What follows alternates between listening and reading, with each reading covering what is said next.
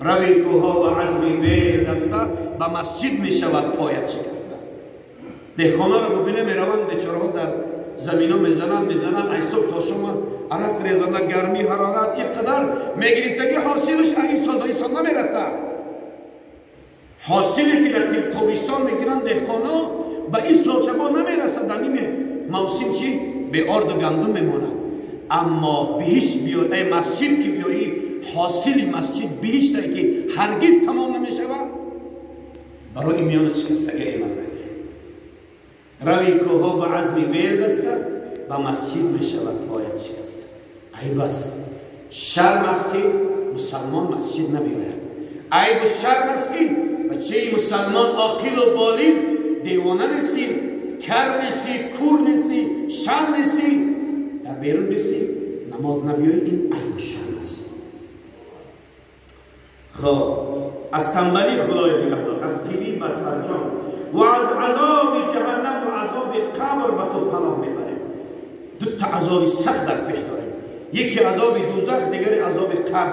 برای عذاب دوزخ رفتن اول عذاب قبر را باید ما بچشیم. اولین مرز، اولین گرانیت سرحد قبر است. برای جنت یا دوزخ رفتن تا درون قبر نداریم ما هیچ جای از اینا نمیریم. بنابراین یک میت میمرد، مرد است یا زن است، علما میگن حرکت کنید که اگر عصر مرد تا شما گروش کنید. چرا؟ سنت رسول الله. مرده که مرد حق مرده در خانهش استادن بعد از مرد تا همو کفن کردن و ششتن و قبرش کندن. همین قبر کنده شد، کفن پاره کرده شد، میت ششتگی باشه، دیگر شرط است که 1000 2000 آدم جمع کنید. غیر امام 2 کس باشه جنازه کنش میشه. غیر امام 2 نفر دیگه باشه جماعت میشه جنازه را بکن دیگه نگه نکن. چرا؟ مرده مومن یا مومنه، مسلمان یا مسلمان، مرد یا زن یا مومن یا مومنه باشه، همین که جانش از بدنش برآمد پروردگار دروازه ها رو پرده ها رو اعلام میکنه، جاش در جنت معین میکنه. میگه بنده خوش آمدی به این مقام مقدس. ولی ما یه چی میگه؟ سنی وارثاش عجلونی هی بچه های ما، فرزندای ما، قوم و جن دوستا، چرا ما رو مهان کرسل اینجا؟ خداوند ما رو پتیافه جنت داد، از درای جنت کشاده است. چرا معلوم کرسل؟ برید در خونه مالی برام جنت دادی. شما برید اینجا در عذاب خدا گرفتار میکرسلی. لقلقی که شما در برای مرده میکنی، داد و فریاد و بروز کنی و مکنی و 2 3 5 6 زنه که شیطان جمعش هیاهوی میکنن، شما به خاطر همونا مرا من کرسلی. برای در خانه قبر مانه برام جنت بخی معنم نکنه. لیکن مردم چی؟ امام بیسته بچهش ایرسی بلد گرفته است، مرده را 2 روز من میکنن. خدای نخواست زدشکش و سمالیات مرده را جمع میکنن، میده بچهش بیاد. از خود قبادیان و قمسنگیر نمیدونم دخترش روانه شده است، همین مرده در اینجا بو گرفته ایستاده است، مانع جنازش نیست است، همین گرمی من میکنن. 50 درجه گرمه من میکنن مرده را که 20 دخترش بیاد.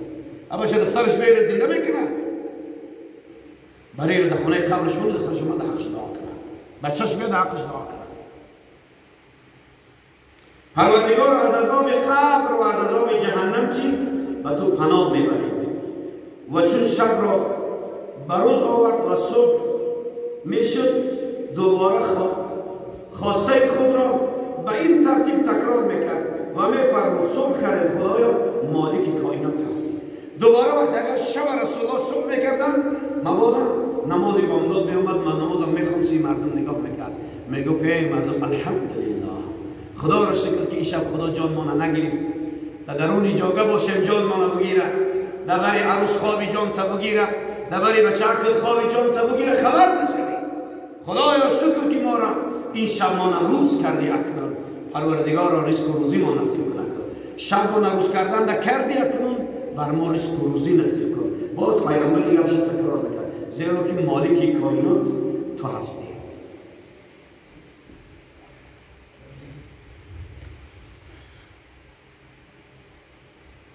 خب درباره ذکر و دعاهای نبوی که در حال خوابیدن، حالت خواب دراز آدم نمیتونه 6 تا ذکر کنه خواب برود. در روی جاگهش هم خواب کنه. خواب در جاگه هم جایز است. تا خوابش آمدن 100 بار الله بگه به خوابش هم بیا. خواب رو تسبیح در روی جاگه چی؟ از دست رفتد. عجیب. رسول الله صلی الله علیه و سلم وقتی خواب میکردن در روی جاگه، اگر این خیلی آدم پیغمبر خدا خواب میرفت دست راستش هم زیر سرشان بود. بسیار وقت در این جای آرامشون خواب میرفتن رسول الله، چونکه بالش نداشتن رسول الله، سرش دائما در روی زمین بود. بسیار وقت چی؟ انمی شمیمون زیر همیش خواب میکرد پیغمبر خدا.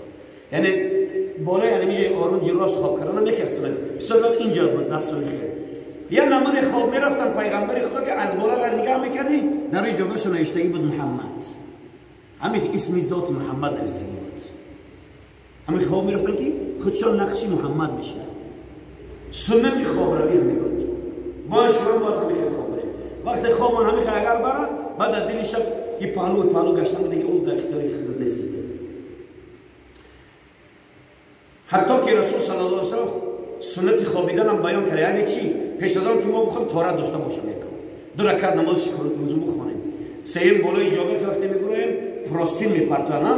با پروستین بسیار پروستین ها بعضش خیلی عجب مجق همون رو باید به دست ما خیلی بشکیم راست کنیم. پیغمبر خدا دستون کنیم دستمال میکرم بالای جاگه را.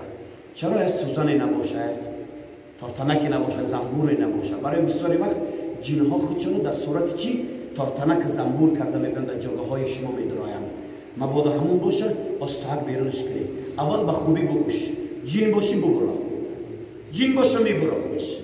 اگر نه زنبور عادی باشه میسته باز دست بگیر و پرت. کجدومی هست، زنبوری هست او را بدازه یک بار به خوبی بگو.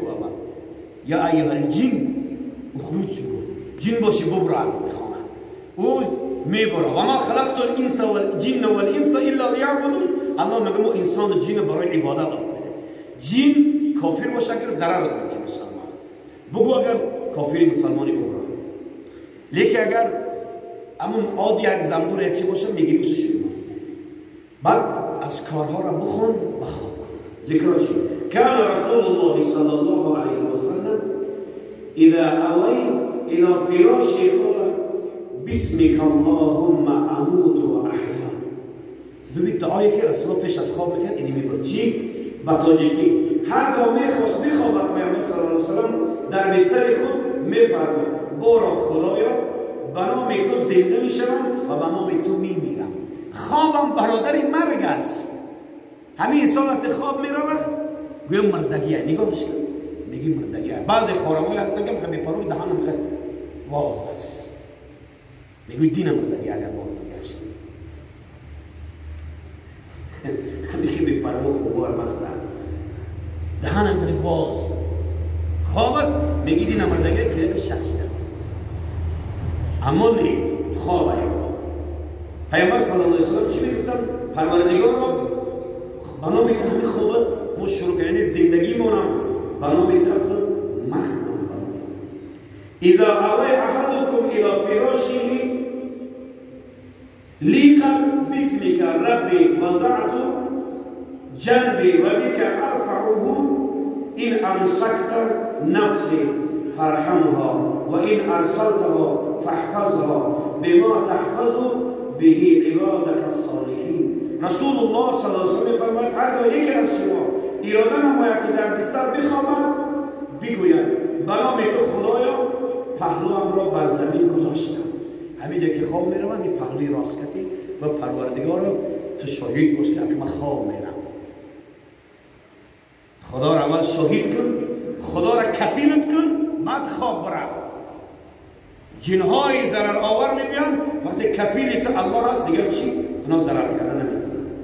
به نام تو خدای پهلویم را بر زمین گذاشتم و به نام تو از زمین بلند میشوم. خدایا فردا صبح به نام تو میگه خستی بگو بسم الله الرحمن الرحیم الحمدلله رب العالمین.